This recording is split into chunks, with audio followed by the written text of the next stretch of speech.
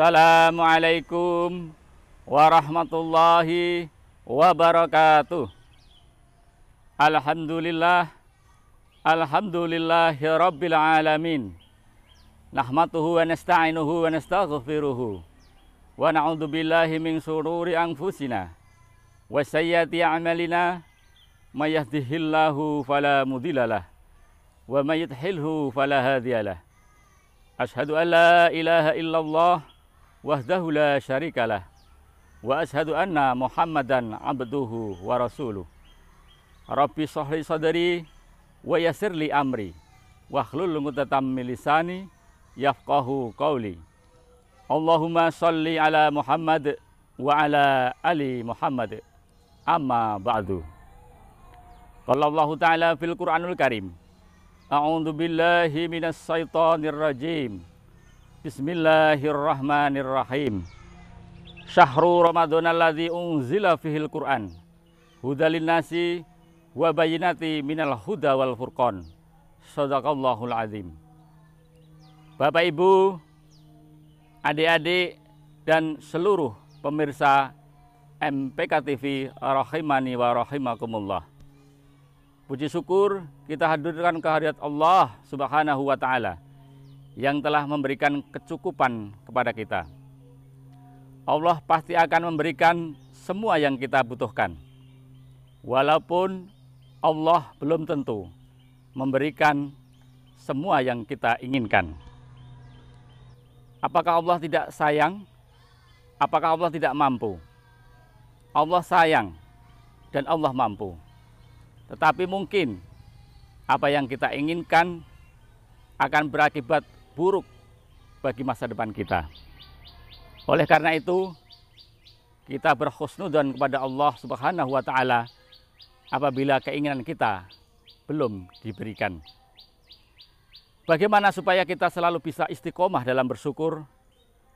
Kita fokus kepada apa yang sudah kita miliki. Kita fokus kepada apa yang sudah kita punyai dan tidak banyak melihat kehidupan orang lain. Rumah kita sudah baik-baik saja. Dapur kita sudah baik-baik saja. Kendaraan kita sudah baik-baik saja. Bahkan mungkin suami istri kita sudah baik-baik saja.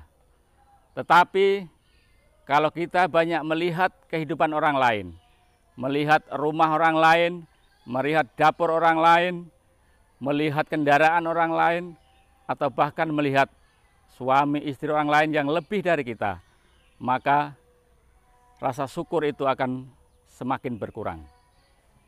Maka jangan selalu dan lebih banyak melihat kehidupan orang lain. Kita fokus terhadap apa yang sudah kita miliki. Selalulah bersyukur, karena dengan bersyukur kita akan mendapat ketenangan jiwa, kelapangan hati, dan kebarokahan dalam hidup kita.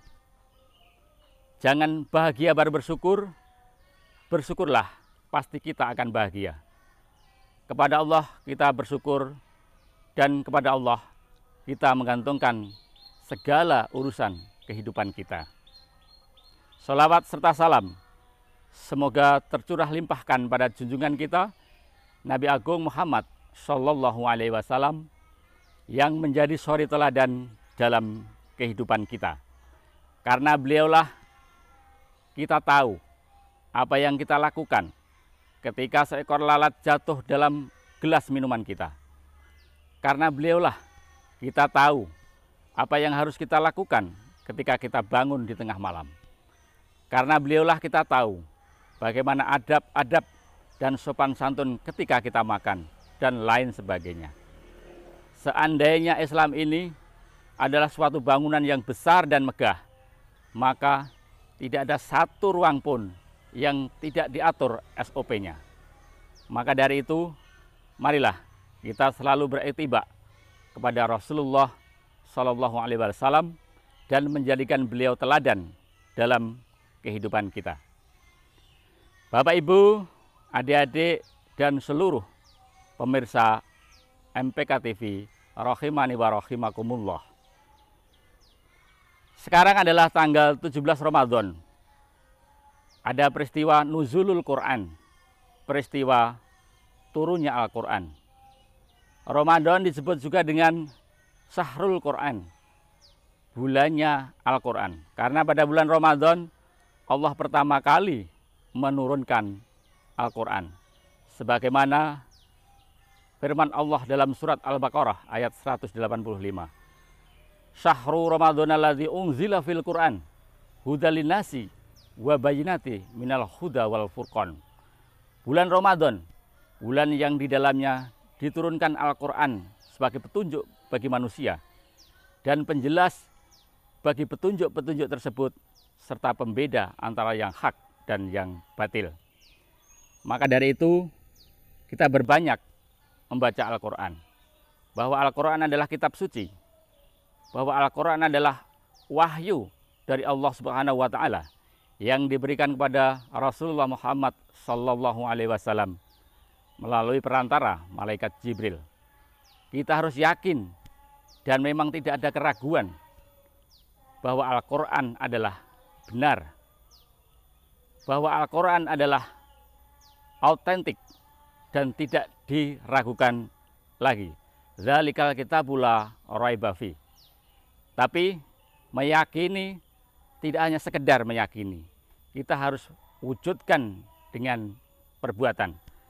Karena iman adalah aqdun bil qalbi wa iqrarur bil lisan wa amalun bil arkan. Iman adalah ketetapan dalam hati yang diucapkan dengan lisan dan diwujudkan dengan amal perbuatan. Kalau kita yakin bahwa Al-Quran adalah kitab suci, kalau kita percaya bahwa Al-Quran adalah kalamullah, maka kita harus siap untuk membacanya. Kita harus siap untuk memahaminya. Kita harus siap untuk menghayatinya. Dan kita harus siap untuk mengamalkannya. Bapak, Ibu, adik-adik, dan seluruh pemirsa MPK TV, rahimani wa rahimakumullah. Lalu, apa saja keutamaan-keutamaan dalam membaca Al-Quran? Apa fadilah-fadilah dalam membaca Al-Quran? Yang pertama adalah bahwa membaca Al-Quran akan dilipat gandakan pahalanya bagi kita semua. Perbanyak membaca Al-Quran di bulan Ramadan karena pahalanya akan luar biasa. Seperti sabda Rasulullah Sallallahu Alaihi Wasallam, barang siapa yang membaca satu huruf dari kitabullah, maka akan mendapat satu kebaikan.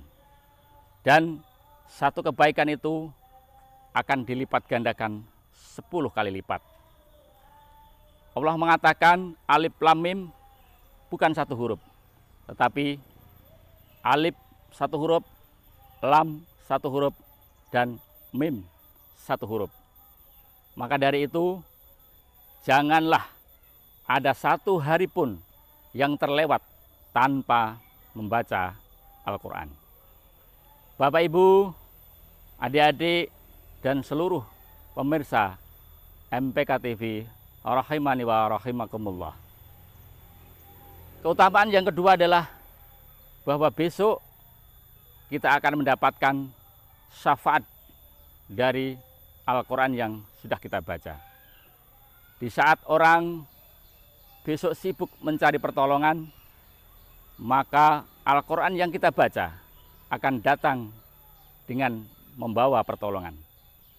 Seperti sabda Rasulullah Sallallahu Alaihi Wasallam, bacalah Al-Quran, maka ia akan datang besok di hari kiamat dengan memberi syafaat. Maka dari itu, kita berbanyak dengan membaca Al-Quran.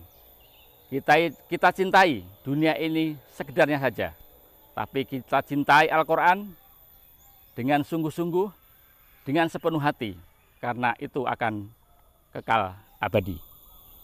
Bapak, Ibu, adik-adik, dan seluruh pemirsa MPK TV, rahimani wa rahimakumullah.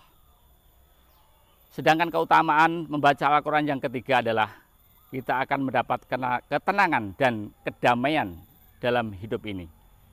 Jika Bapak Ibu ada masalah, anak-anak susah diatur, suami istri susah diurus, ekonomi terasa sulit, hutang-hutang tak kunjung lunas, cobalah ambil air wudhu, ambil Al-Quran, baca Al-Quran.